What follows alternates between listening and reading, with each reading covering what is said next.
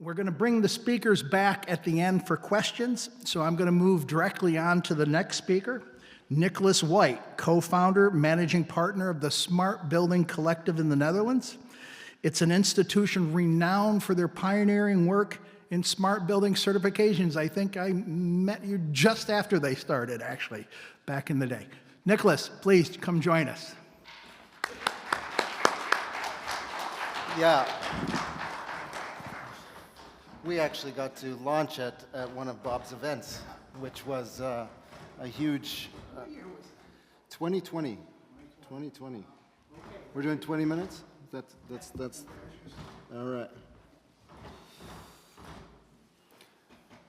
So to talk about ROI of smart, that's a heavy ask, I would say, right? So as Bob said, we started kind of assessing buildings 5-6 years ago now for their smartness, kind of the technology that's being used in them. I'd like to start by a quick question to you all. How many people here kind of don't like the office that they work in? Can we just see okay, not a lot, How many like it but think it could be a little bit better? Okay. How many have a boss sitting there with them? Yeah. And how many absolutely love their office and think it's the best place to be during the day? We even have one or two of those. So we're making progress, I would say, but there's also still work to be done all the time. Well, 5 years ago, it started as a research project, but since then we've been assessing smart building programs for 6 years. Buildings, solutions, so the tech providers that offer technology to these buildings, service providers, the people who actually try and make those things happen. And we have seen incredible innovation over a short period of time in all kinds of different topic areas. So I mean, I don't know if you can read them up here because they're quite small, but it's about waste and water and energy and the biology of work, so human performance and how do you get more or get better. We don't like to say how do you get more out of people. We like to say how do you get better out of people? How do you get people to feel better at work and get a higher performance for themselves? We have solutions that have redefined connectivity, and of course the AI boom is getting us all interested in and excited about what's possible there. And we have solutions in mobility and parking and you name it, they're there, and we've assessed them and we've seen them.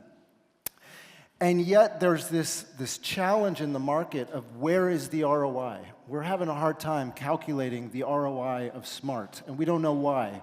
What's the problem? What's the challenge?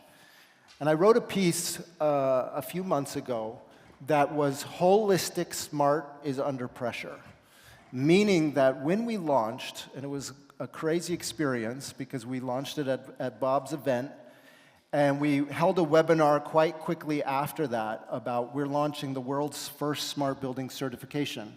And believe it or not, this was before SmartScore came on the plan either. But we put a webinar on, and all of a sudden we had 400 building owners and developers who were just biting at the bit, eager to know what we were building from a smart building certification perspective. And what happened was just unbelievable. We were like, wow, there's real appetite here for a smart building certification. What's going on? And when we launched, we had all kinds of very, very, very smart buildings go through our assessment and get certified.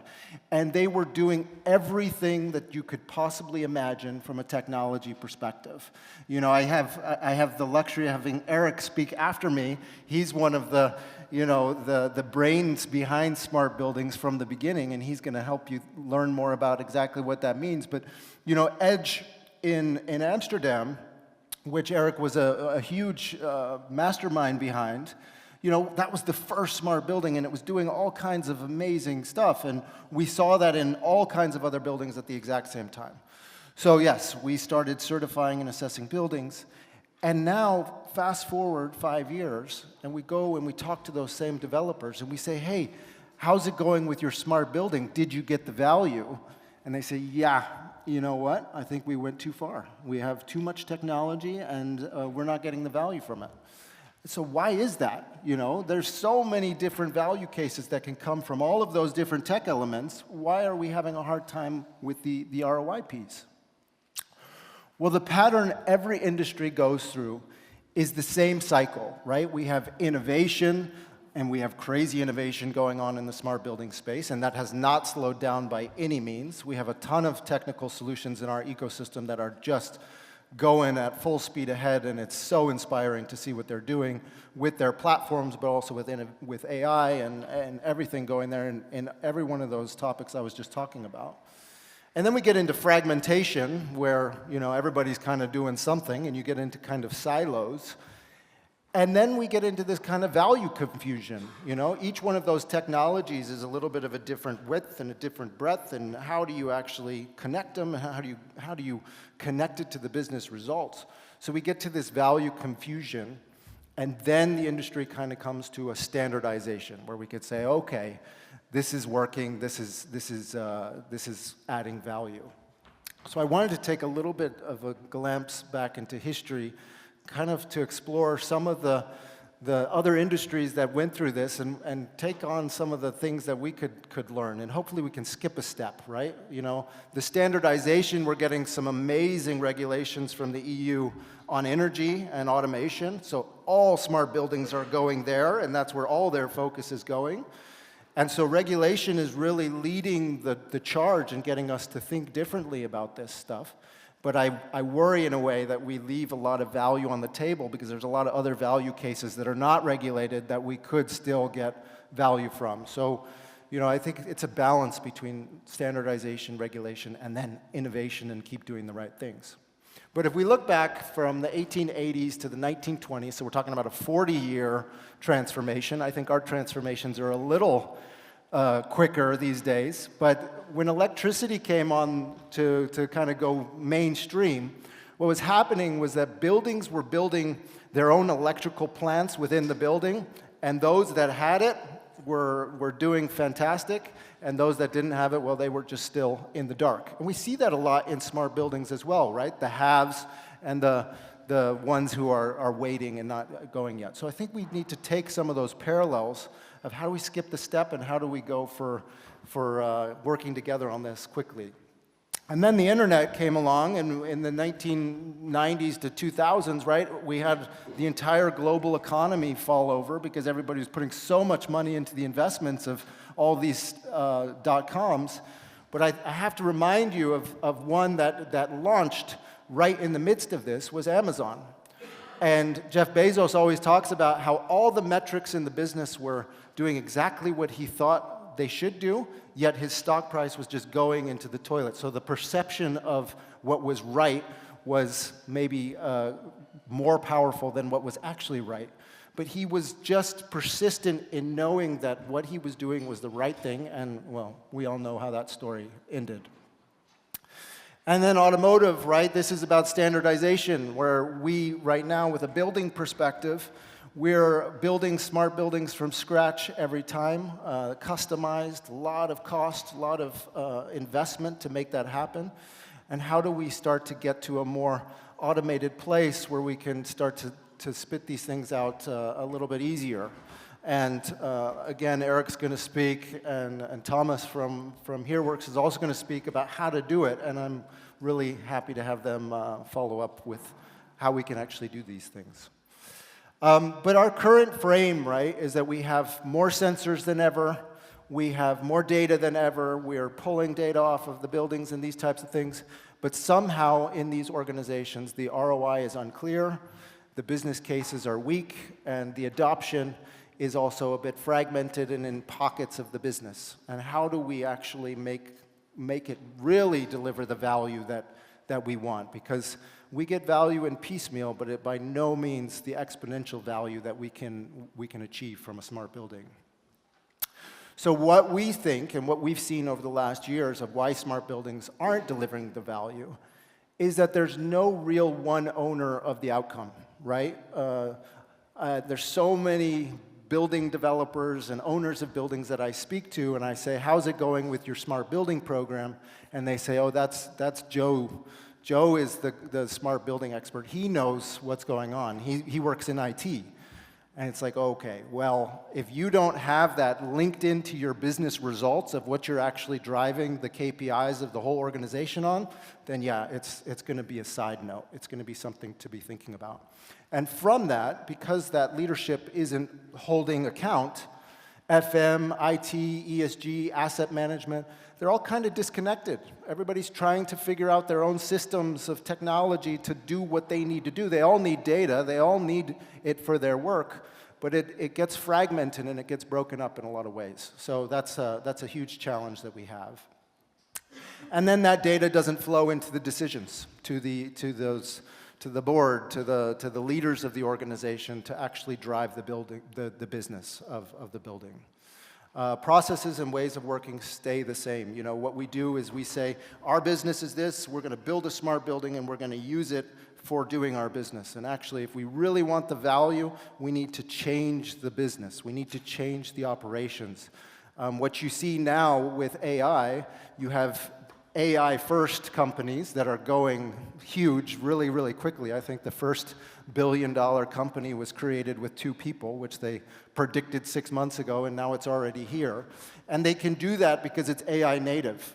The companies that have a much harder time are those that are trying to apply AI to the business that they're running. So, you know, in order to get more out of smart buildings, we've got to change the organizations in which they use. And that's a big ask, and it's a risky ask, and it's something that demands a different way of thinking in a lot of ways. One of our clients, he's created one of the smartest buildings we assessed in Norway. The building is built by Hathon, which is like a small family office. And they, you know, in Norway, they've got a lot of money, so they can do that kind of stuff pretty easily.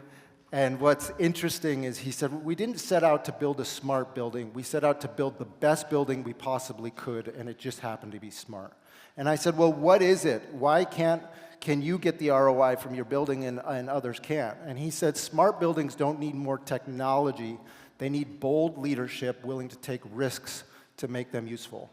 And that's not about signing the check to buy the smart buildings. We are seeing that across the board. Lots of people are investing in smart buildings. But the more risky thing is, how do you engage your team and your process and your organization and build it around that smart building? And that's a bigger ask and a bigger challenge, and one that I definitely put to all of us to try and figure out. So today we see a lot of kind of smart coming from innovation budgets, pilot projects. We're going to try something. It's a nice to have. It's on the side of our business, and we'll try and use it as much as we can, but we don't really know how to use it. Managed by separate teams. So the core company says, oh, that's the smart building team. They're doing this over there. And because of that, it has limited impact in our business performance, in the actual sustainability that we're talking about, in the energy infrastructure and how we manage these types of things. So it's critical that if we want to see those impacts, we have to start taking it a little bit more serious, unfortunately. Where SMART is the operational backbone of these organizations. It's integrated into the entire strategy of not only the asset, but the businesses that are using the asset. Its core is ROI, ESG, the tenant experience, and it's owned at a leadership level. And the drivers are going to shape the business performance. And without that kind of commitment, it becomes a nice to have, a cost structure that is not cheap. You know, smart buildings there is a cost there. So if you're going to pay for something like that, you might as well get the value out of it. In our smart building certification, we have a maturity model, you know, and in one of those things that is really interesting, right, is like, oh, do you measure air quality as an example, right? Yeah, we have an air quality sensor, and we have a dashboard you can log into, and you can see kind of your air quality level.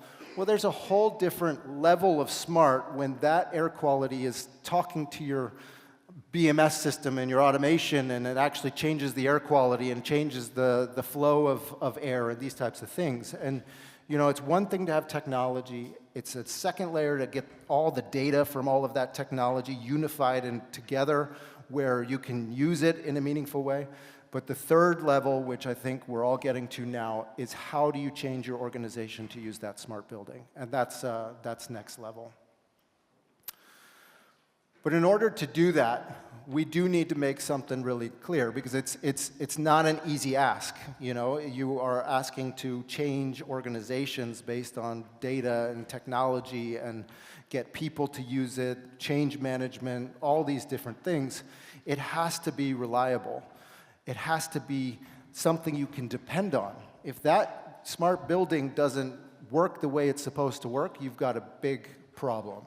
It needs to be secure. My biggest fear, or the thing that keeps me up the most at night, I think, is cyber attacks on buildings. It's going to happen, right? It already has happened. It happens more frequently.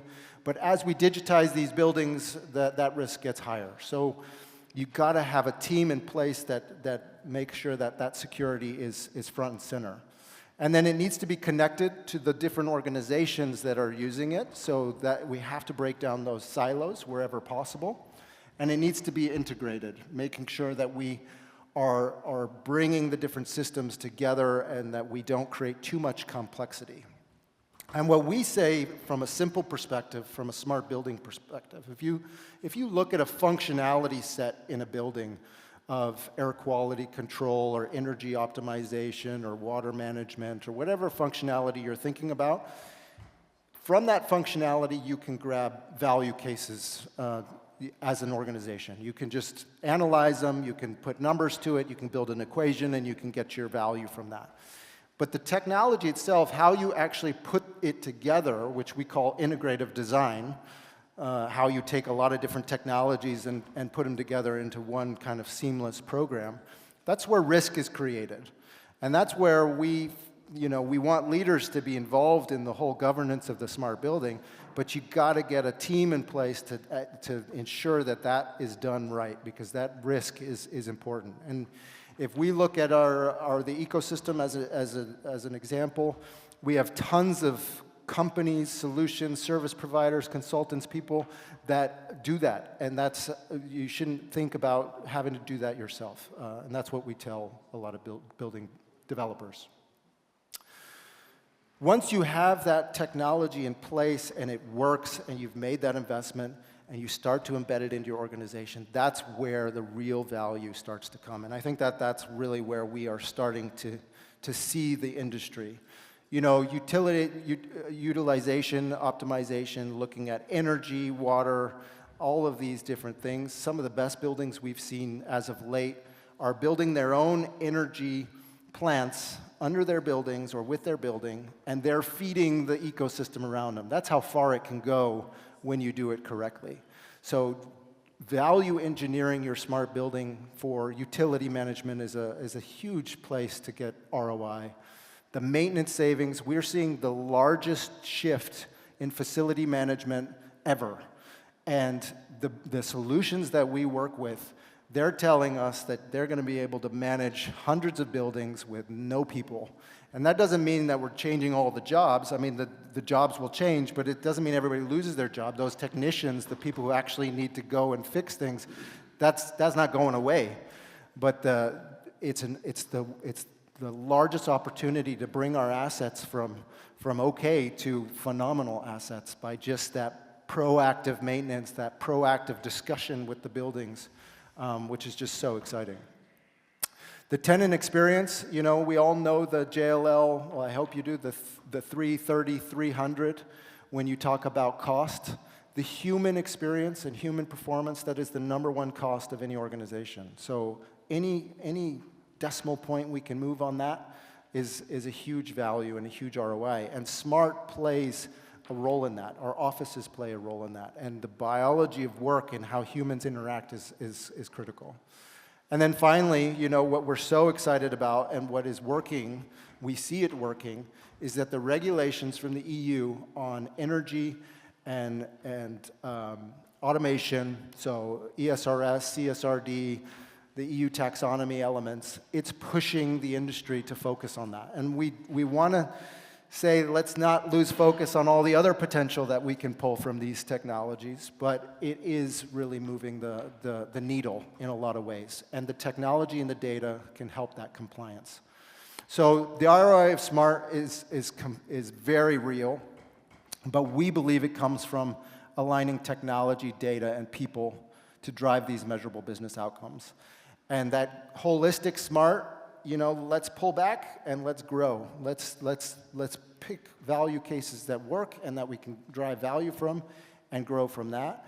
And I think the biggest need for this industry is bold leadership. And it's not only leadership in the owners and the people who are signing the checks, it's leadership in everybody who can connect to smart buildings and communicating its value in a real way and not stepping back from where you see that truth being. And that's what we would encourage, is for all of you to take that leadership role and push it forward with us because, yeah, it's got a lot of potential.